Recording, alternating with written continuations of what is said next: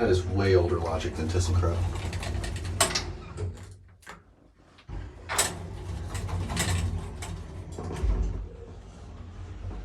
Definitely not ThyssenKrupp logic.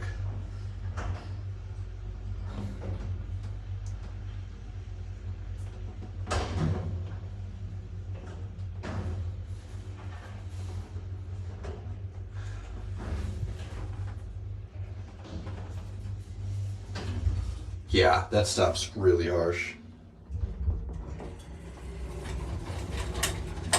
We're gonna end it on sub.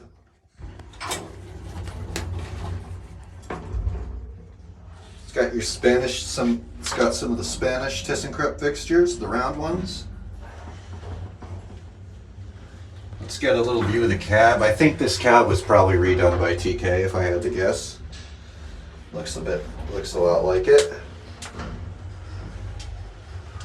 And here we are. Yeah, that is not ThyssenKrupp logic.